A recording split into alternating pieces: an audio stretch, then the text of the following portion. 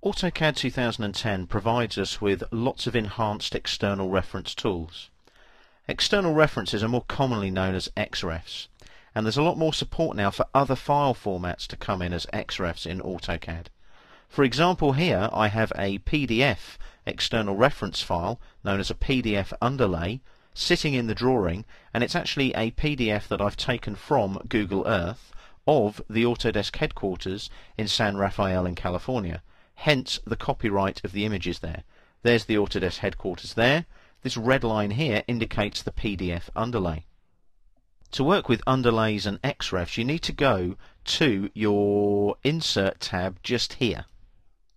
And you can see there you've got a reference panel here. Now you'll notice I've got a flyout menu here showing me the other icons, which I can pin out, as you could do in AutoCAD 2009 on the ribbon. But I've also got this little flyout arrow here.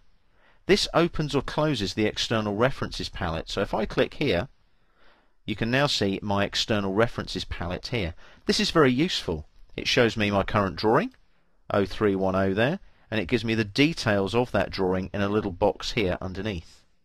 I can click on the reference itself, which is a PDF. It gives me all the information about that PDF underneath as well. But what I really like, which is a new feature in AutoCAD 2010 on the external references palette, is this. It's a refresh icon. I can click on that and refresh any external references, any PDF underlays. Now I'm going to close the external references palette now, but just before I do, you can see here if I click on this down arrow I can attach a drawing, an image, a DWF, a DGN or a PDF. As you can see, lots of file format enhancement there, lots of support for different file types. So let's close the external references palette and let's look at what other tools we've got here on the reference panel. Now I can attach a new reference if I want to. As you can see, it's gone to my drawings folder there and it's looking for a drawing or a graphic or a PDF or any other file type to attach as a reference. I'm not going to attach as a reference in this case, but you can see that I can just go and search for a particular file and attach it as a reference in the drawing. I'm going to hit cancel there now. Now what I can do is I can actually fade my XREF. I can drag this bar here and I can make it fade away. So if I do this here like that, my reference will fade away. Now in this case it won't, because it's a PDF, so it's of photographic quality, so it won't actually fade. If I had a drawing though, such as a DWG or a DWF, it would actually fade. So I can drag that bar there, or I can click in here like so and put say 70 in there, and that will be 70% of the image. So it's faded by 30%, for example. I'll just press enter there to confirm that, and you'll see the bar moves to 70. What I can also do is I can clip and adjust. So I can adjust the fade, contrast, brightness and monochrome settings of an image or an underlay. We're going to look at that in a minute in a slightly different way. What I want to show first is the clip, this option here. Now before I do that, I'm going to zoom in a bit and just make sure that I can see the Autodesk headquarters here on the right and the edge of the underlay just there. Notice when I click on it, it goes straight to the PDF underlay tab here. I'm just going to hit escape there to deselect it though and come away from it and come into the drawing here, and as you can see, because I'm zoomed in too far, I can't lose that PDF. So what I'm going to do is just going to roll back like so, and I need to hit escape there like that. You'll notice that sometimes with AutoCAD, if you're zoomed in too close you can't work with the tool, so use your zoom and pan effectively. So what I'll do now is I'll zoom in again, and what I want to be able to see is this reference edge here. So what I'm going to do is I'm going to click on the reference edge itself if I want to, but I don't want to do that just yet. I want to use clip first. So clip, and it's selecting the PDF underlay to clip just there like that, and the PDF clipping option is a new boundary. And all I'm going to do now, it's like drawing a rectangle. I click here and I'm going to make sure that my PDF boundary for my clipping is there like that. And lo and behold, it clips it away. Now if I select that clipped boundary, watch.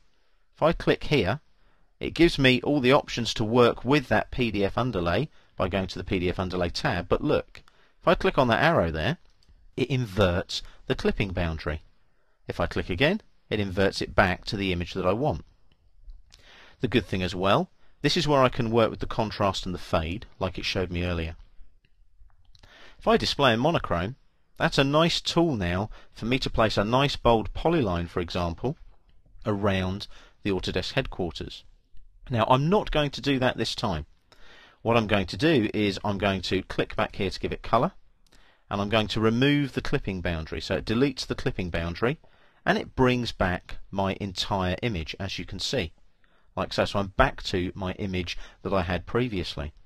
Now, one of the tools that I can do here is I've got Enable Snap. This determines whether the object snapping is active for geometry in the PDF underlay.